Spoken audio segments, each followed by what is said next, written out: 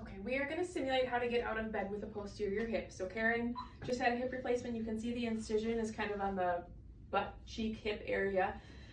So with a posterior hip, there's 3 precautions that we need to maintain. So no bending forward past 90, no crossing your legs, which is why we have this pillow here. And then we want to avoid internal rotation of the hip on the surgical side. So we don't want Karen to do exactly that. Good job. So we want that foot to kind of roll out a little bit. The other benefit of the pillow is you can kind of prop it up a little bit to keep that foot in that direction. Occasionally when people are laying in bed, their leg wants to go whoop, so we just want to keep good alignment. So always having a pillow between the legs in bed. Typically after the day of surgery, we can take out that purple A-frame pillow and just use this one if the patient is cognitively intact. If they're at all confused, we strap them back in. So to get in and out of bed, always making sure they have either shoes on or the yellow grippy socks. We'll take out the pillow. This is one of the patients that we really hope has strong upper body, shoulders, arms, because we want them to actually get up on their hands into this like long sitting position.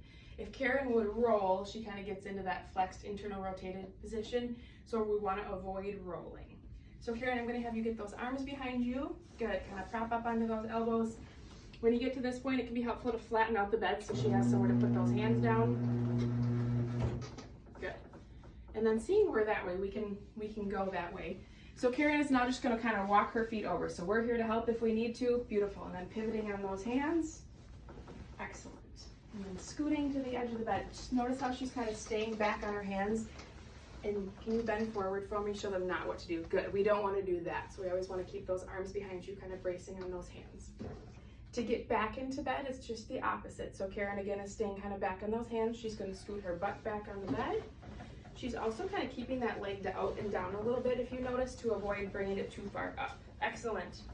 And then she's going to lay right back down. And then when you're done, you can always put the head back up a little bit. And then tucking the pillow between the legs. When you are done with the posterior hips, some of the things to think about is we don't want them sitting straight up in bed, and also moving everything close to them, because if I would bring over Karen's tray table here and she reaches for something, we've now bent past 90 degrees. So making sure everything is nice and close. If we are leaving them up in the chair, building up the height of the chair a little bit, and again, bringing everything close to them so they don't have to bend forward to reach. And then one other tip is to make sure that the knees are locked out so they don't come up when you raise the head of the bed. So make sure that they always stay flat.